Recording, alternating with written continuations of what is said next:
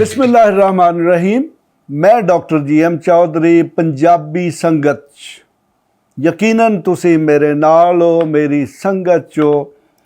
तो जदों तुसी मेरे नाल हो तो फिर पंजाबी संगत उदों ही पंजाबी संगत बनदी।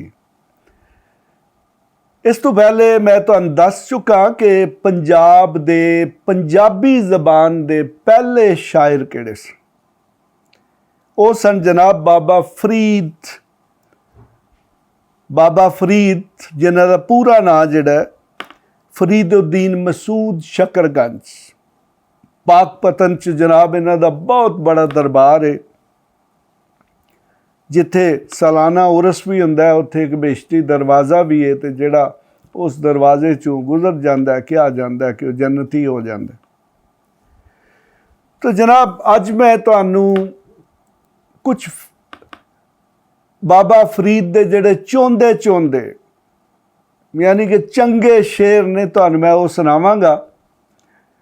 बड़े अरसे तो बाद मैं पंजाबी अल वापस मुहारां मोड़ियां ने, ते अगरचे मैं इहदे विच उर्दू भी काफ़ी शामिल है, लेकिन आहिस्ता आहिस्ता तुसीं देखोगे कि तुहाडे नाल मैं ठेठ पंजाबी च गल करांगा। तो मेरी ठेठ पंजाबी तो मुराद यही है कि जिहड़ी मैनूं आउंदी है, और मेरी जो है वो गुजरांवाला, लाहौर और शेखपुरा या फिर जिहड़ी अमृतसर च पंजाबी बोली जाती है वही है। और यकीनन इंडिया और पाकिस्तान की पंजाबी दे विच कुछ फ़र्क है, लेकिन तुसी बड़ी आसानी नाल मेरियां गल्लां जिहड़ियां ने उन्हां नूं समझ जाओगे। तो अज जनाब मैं तुहाडे नाल बाबा फरीद दे कुछ चौंदे यानी कि चंगे शेर जिहड़े ने तुहानूं मैं सुणाउणा।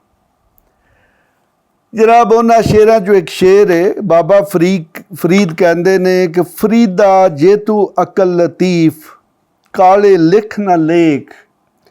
फरीदा जे तू अकल लतीफ काले लिख न लेख, अपने गिरेबां में सर नीवा करके सर न्यों करके वेख। फरीदा जे तू अकल लतीफ काले लिख न लेख, अपने गिरेबान में सर नीवा करके वेख। मैं तुहानूं दस देना जी की क्या। बाबा फरीद कहते ने कि अगर तेनू अकल है तो फिर अपने जिहड़ा नसीब ही अपना मुकद्दर है, इनू काला ना कर, इनू स्याह ना कर। तो जनाब मुकद्दर नू ठीक करन दा फार्मूला भी दस दिंदे ने। वो फार्मूला की है, वो कहंदे ने कि अपना सिर नीवा करके ते अपने गिरेबान दे विच देख। ते जनाब तुहानूं चंगी तरह पता है कि जदों कोई शख्स अपने गिरेबान दे विच देखना शुरू कर दे तो फिर यकीनन उस शख्स दे बहुत सारे जिहड़े मसाइल ने वो हल हो जाते। तो बाबा फरीद ने कितनी वड्डी गल कीती है कि अगर कोई भी शख्स जिहड़ा वो अपने गिरेबान च देखना शुरू कर दे तो यकीनन उस बंदे दे बहुत सारे मसाइल हल हो जाते हैं। लेकिन अजकल जनाब असी की करने हैं, असी अपनी मंजी थले ते डांग नहीं फेरते, असी जनाब दूजे दियां बुराइयां करने आ। असी अपने गिरेबान च झाती नहीं पाउंदे, बल्कि असी दूजे दे गिरेबान च झाती पाउने आ। और असी कहने तेरे च भी नक्स है, तेरे च भी कसूर है, तेरे च भी खामी है, तेरे च भी है। तो बाबा फरीद ने बड़ी वड्डी गल की और उन्हें कहा कि अपना जिहड़ा नसीब है, अपनी किस्मत जिहड़ी उहदे नाल तू खिलवाड़ ना कर। उन्हें कहा कि अपने गिरबान च देख तो फिर तेनों एक सारी दुनिया नज़र आ जाएगी और फिर तेनों पता लग जाएगा कि तेनों की होना चाहिए। और यही साडा मसला कि सानू ये नहीं पता कि असी की और सानू की होना चाहिए। जनाब अगला शेर जिहड़ा है बाबा फरीद दा भी बड़ा कमाल दा शेर है। फरीदा खाक ना निंदिए खाकू जेड़ न कोए। फरीदा खाक ना निंदिए खाकू जेड़ न कोए। जिउंदियां पैरां थले मोया उपर होए। दोबारा पढ़ना, कहते ने फरीदा खाक ना निंदिए खाकू जेड़ न कोए। ਜਿਉਂਦਿਆਂ ਪੈਰਾਂ ਥੱਲੇ ਮੋਇਆਂ ਉੱਪਰ ਹੋਏ। ਯਾਨੀ ਕਿ ਕਹਿੰਦੇ ਨੇ ਕਿ ਫਰੀਦਾ ਇਹ ਜਿਹੜੀ ਮਿੱਟੀ ਆ, ਇਹ ਜਿਹੜੀ ਖਾਕ ਹੈ, ਇਹਨੂੰ ਨਾ ਨਿੰਦ, ਇਹਨੂੰ ਭੈੜਾ ਨਾ ਕਹਿ। ਉਹ ਕਹਿੰਦੇ ਨੇ ਠੀਕ ਹੈ, ਅੱਜ ਤੂੰ ਬੜਾ ਜਵਾਨ ਹੈ, ਅੱਜ ਤੈਨੂੰ ਬੜਾ ਮਾਣ ਹੈ, ਅੱਜ ਤੂੰ ਪਤਾ ਨਹੀਂ ਆਪਣੇ ਆਪ ਨੂੰ ਕੀ ਸਮਝਣਾ ਹੈ, ਔਰ ਇਹ ਖਾਕ ਤੇਰੇ ਪੈਰਾਂ ਥੱਲੇ।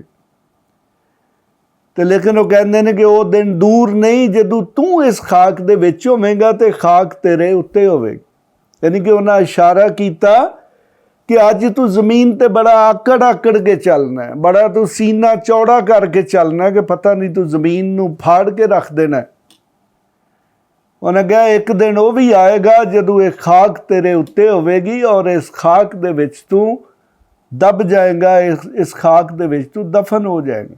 ਤਾਂ ਇਸ ਕਰਕੇ ਉਹਨੇ ਕਿਹਾ, ਇਨਸਾਨ ਨੂੰ ਕਿਹਾ ਕਿ ਤੂੰ ਆਪਣੀ ਔਕਾਤ 'ਚ ਹੀ ਰਹਿ, ਇਸ ਜ਼ਮੀਨ ਉੱਤੇ ਏਡਾ ਆਕੜ ਕੇ ਨਾ ਚੱਲ, ਬਿਲ ਆਖਰ ਤੇਰਾ ਜੋ ਅੰਜਾਮ ਹੋਣਾ ਉਹ ਇਸੇ ਖਾਕ ਦੇ ਥੱਲੇ ਹੀ ਤੂੰ ਆ ਜਾਣਾ। जनाब मज़ीद जो बाबा फरीद हैं वो क्या कहते हैं? वो कहते हैं जी कि फरीदा रोटी मेरी काट दी लावन मेरी भुख। फरीदा रोटी मेरी काट दी लावन मेरी भुख, जिन्ना खादी चोपड़ी गन्ने सहन के दुख। जनाब बड़ी ज़बरदस्त गल की बाबा फरीद ने। वो कहते हैं कि मेरी तो सुक्की रोटी है, मैं सुक्की रोटी खा लेना मेरी भुख खत्म हो जाती। तो वो कहते हैं कि जिन्हों ने चोपड़ियाँ खादियाँ, जिन्हों ने पराठे खादे, उन्होंने लग पता जाएगा कि वो पराठे उन्होंने करते की ने।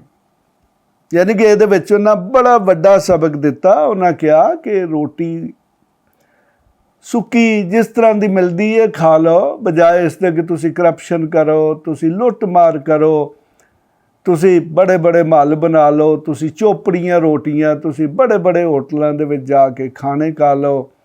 तो कहते हैं कि अगर ऐसी चोपड़ी रोटी वास्ते तुसी लोगों ते जुल्म और ज़्यादती करोगे तो फिर तुहानू लग पता जाएगा कि चोपड़ी रोटी खान का अंजाम की हुंदा है। जनाब मजीद एक बड़ा ज़बरदस्त शेर वो कहते ने, वेख फरीदा जो थिया दाढ़ी होई बोर, अग्गा नेड़ा आया पिछा रहा दूर।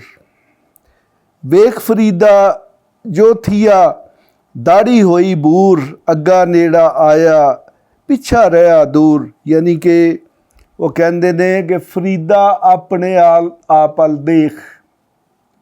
वो कहते ने वो जी दाढ़ी तेरी काली दाढ़ी सी वो सफ़ेद हो गई। वो कहते ने तेरी काली दाढ़ी जड़ी है वो सफ़ेद हो गई है और पिछे जो कुछ तू कर रहे हैं वो तो गुजर गया। वो कहते ने हुण अगे दी फिक्र कर।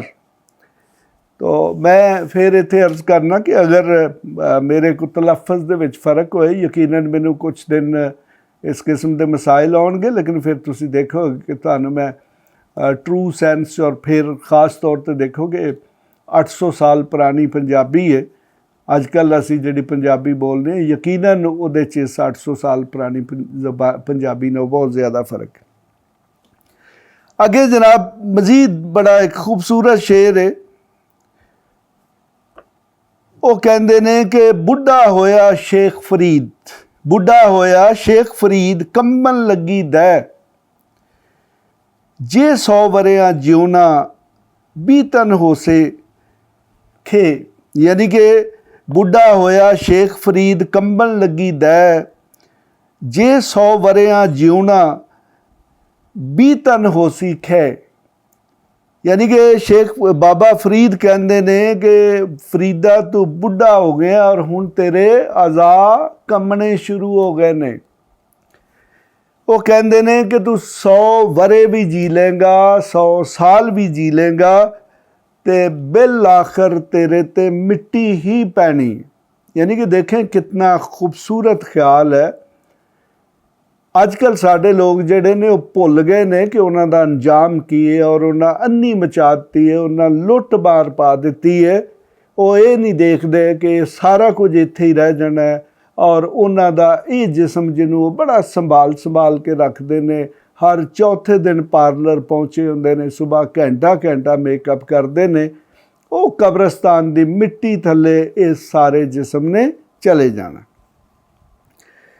जनाब अगला शेर है, बाबा फरीद कहते ने, कूक फरीदा कूक तू, कूक फरीदा कूक तू, जिवें राखा जवार, जब लग टांडा ना गिरे, तब लग कूक पकार।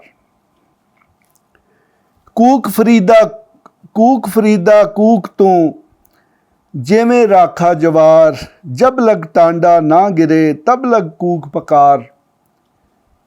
मैं सादा लफ्ज़ों में बताता हूँ। वो कहते हैं कि फरीदा तू आवाज़ लाई जा। मैं आम जो लोग हैं, ये ਜਿਹੜੇ ਸਾਡੇ जदीद बच्चे ना, उन्होंने इस शेर की समझ नहीं आ सकती। मैं ਤੁਹਾਨੂੰ ਦੱਸਣਾ कि ਇਹਦਾ ਕੀ।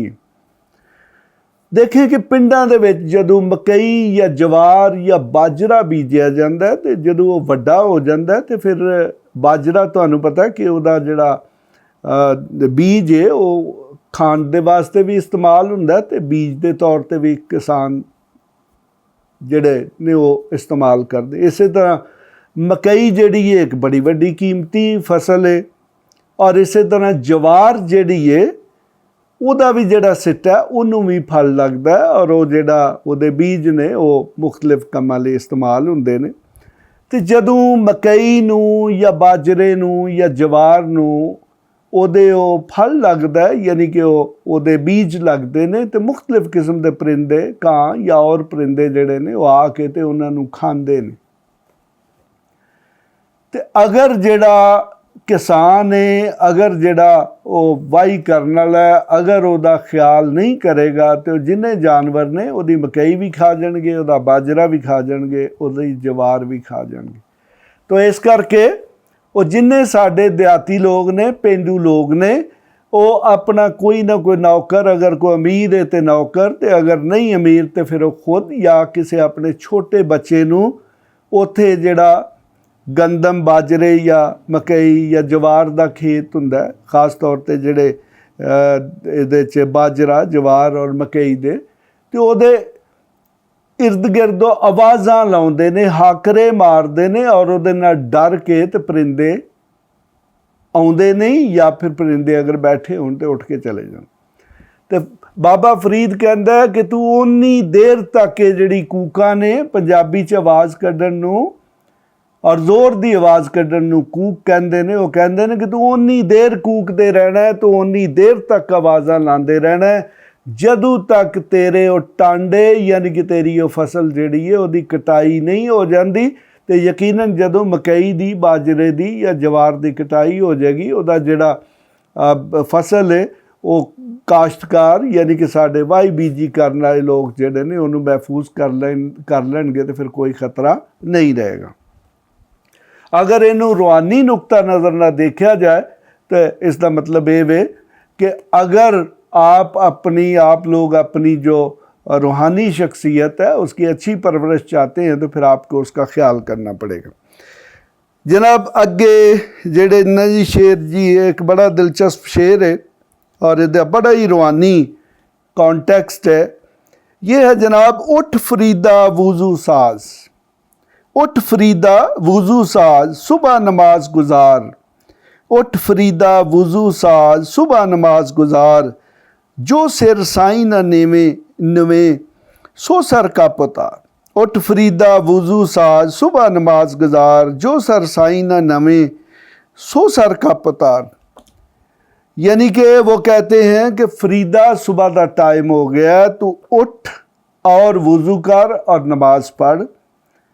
और दूसरे मिसरे च कहते हैं कि जेड़ा सिर मालिक दे सामने नहीं झुकदा उस सर नूं ला दिओ, उस सर नूं कप दिओ, उस सर नूं तन तों जुदा कर दिओ।